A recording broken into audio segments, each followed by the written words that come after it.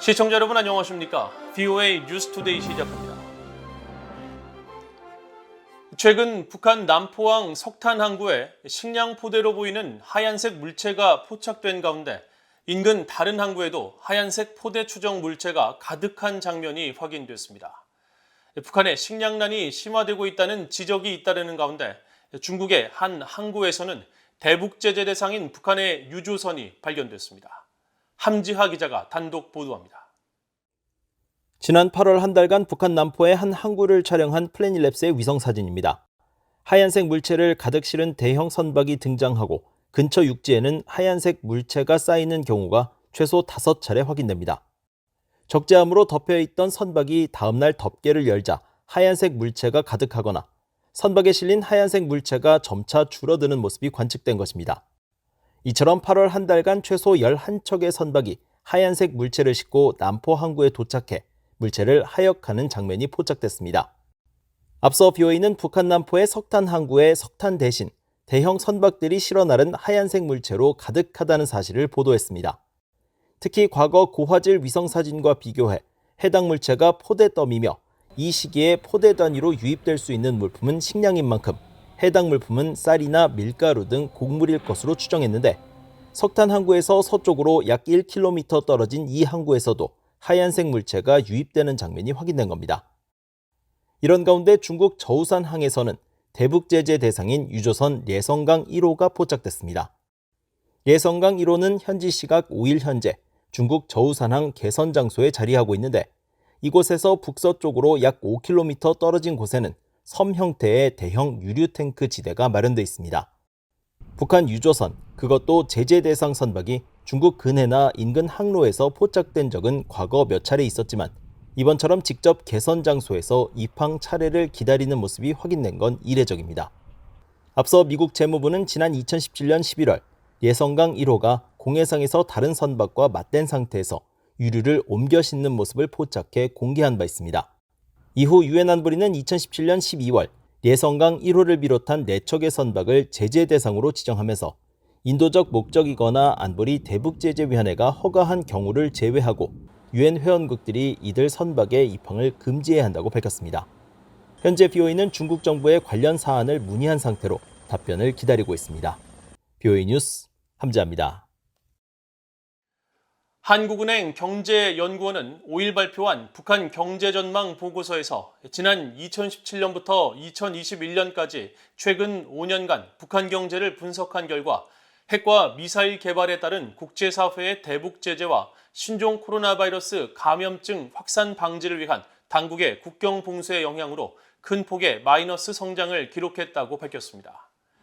한국은행 경제연구원은 특히 북한의 실질 국내 총생산 GDP가 이 기간에 11.4%나 감소한 것으로 추정하고 대외 무역은 1955년 이후 최저 수준으로 급감하면서 북한 경제가 국제사회로부터 완전히 고립되는 모습을 보였다고 지적했습니다.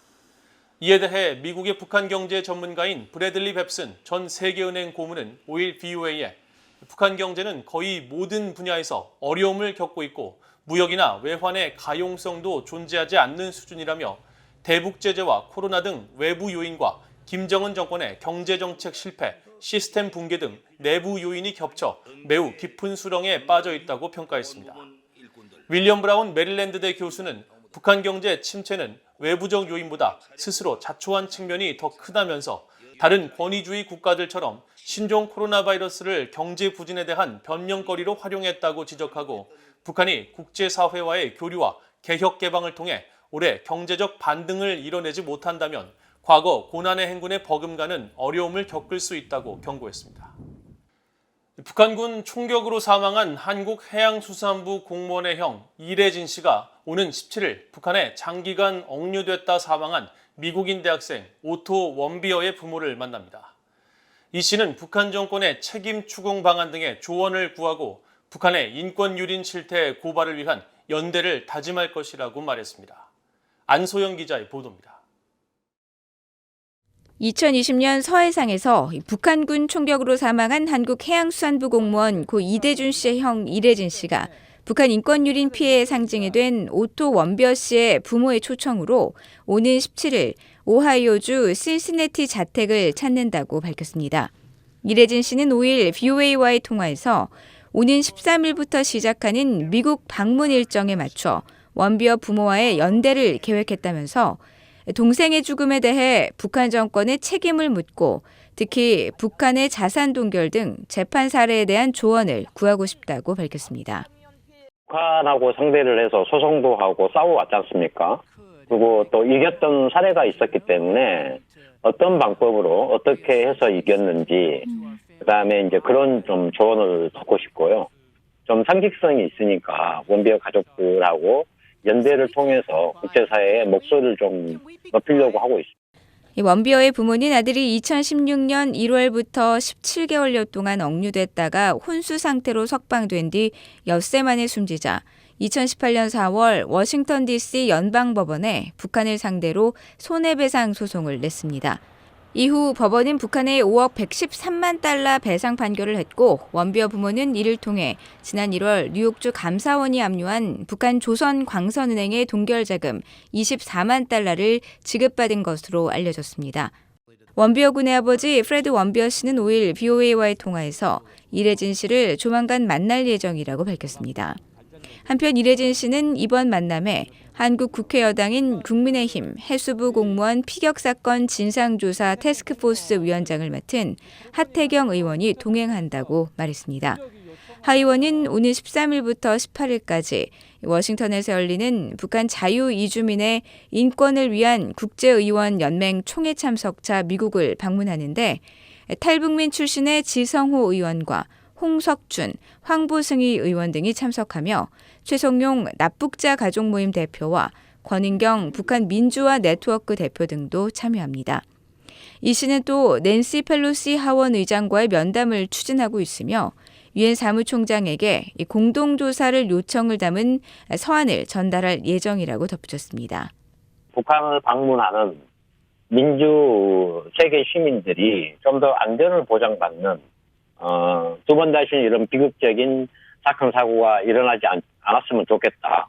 그래서 유엔 연설을 해야 되겠다. 남북한 포함 유엔 제3자들이 모여서 1차적으로 판문점에서 조사를 할 수 있는 그런 기회를 달라. 그다음에 북한에 강력한 메시지를 보내서 재발 방지하고 그다음에 진심 어린 사과를 좀 받아야 되겠다. 이래진 씨는 이번 의원연맹 총회 행사를 통해 북한 정권의 반인도적 범죄를 규탄하고 북한의 잔혹한 행위에 대해 책임을 물을 수 있도록 국제사회의 지지를 얻길 희망한다고 말했습니다. VOA 뉴스 안소영입니다. 국제인권단체 엠네스티가 북한의 강제 실종 실태를 여러 차례 지적했지만 북한 정권은 침묵으로 일관하고 있다고 비판했습니다. 엠네스티는 북한의 강제 실종 문제에 관한 입장을 묻는 VOA의 질문에 우리는 지난 수십 년에 걸쳐 북한의 강제 실종 희생자의 생존 여부와 위치 정보를 즉각 공개하라고 요청했지만 북한 정권은 침묵했고 문제를 개선할 의지조차 보여주지 않았다고 답했습니다. 이어 강제 실종은 인권 탄압일 뿐 아니라 반인륜적 범죄로 간주된다면서 엠네스티는 물론 국제사회 전체가 북한이 긍정적 변화를 보일 때까지 관심을 갖고 감시할 것이라는 사실을 북한 당국은 알아야 한다고 밝혔습니다. 한편 서울 유엔 인권최고대표 사무소는 지난달 30일 유엔 강제실종 희생자 기억의 날을 맞아 북한은 피해자 가족에게 진실을 제공하고 그들의 사랑하는 이들의 행방을 알릴 의무가 있다고 강조했습니다. 미국 오하이오주 브루스터시에서 한국전쟁 전사자의 이름을 딴 도로 명명식이 진행되고 표지판에는 육군병장 버논 저드 추모고속도로라는 도로명과 자유는 공짜가 아니다라는 문구가 새겨졌습니다.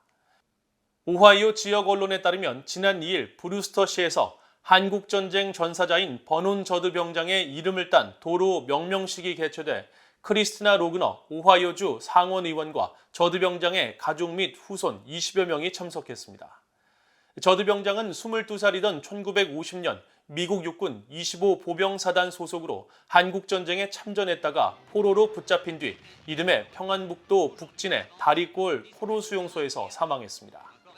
67년 동안 행방불명이던 그의 유해는 지난 2018년 싱가포르 미북 정상회담 후 북한이 보낸 55개의 유골 상자에 실려 미국에 돌아왔으며 미군 전쟁포로 실종자 확인국 DPAA가 신원을 최종적으로 확인했습니다.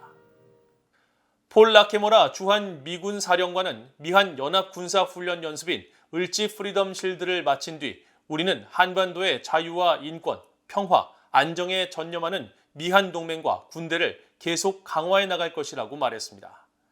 라케모라 사령관은 2일 주한미군 페이스북에 을지 프리덤 실드가 성공하는 데 기여한 모든 분들에게 감사하다며 이같이 밝혔습니다. 한편 미국과 한국은 지난달 31일 미한 연합사단 창설 이후 최초로 최대 규모의 사단급 연합 합동 화력 운용 훈련을 시행했습니다. 주한미군 제2보병사단 대변인은 이번 연합화력 운용 훈련은 연합사단의 화력을 통합하고 동시에 작동할 수 있는 능력을 시험하는 것으로 이번 훈련에는 한국군과 미국 육군, 공군 장병 등 1000여 명이 참여해 한반도 전역 4곳에서 실시됐다고 밝혔습니다. 이상으로 VOA 뉴스투데이를 모두 마칩니다. 시청해주신 여러분 고맙습니다.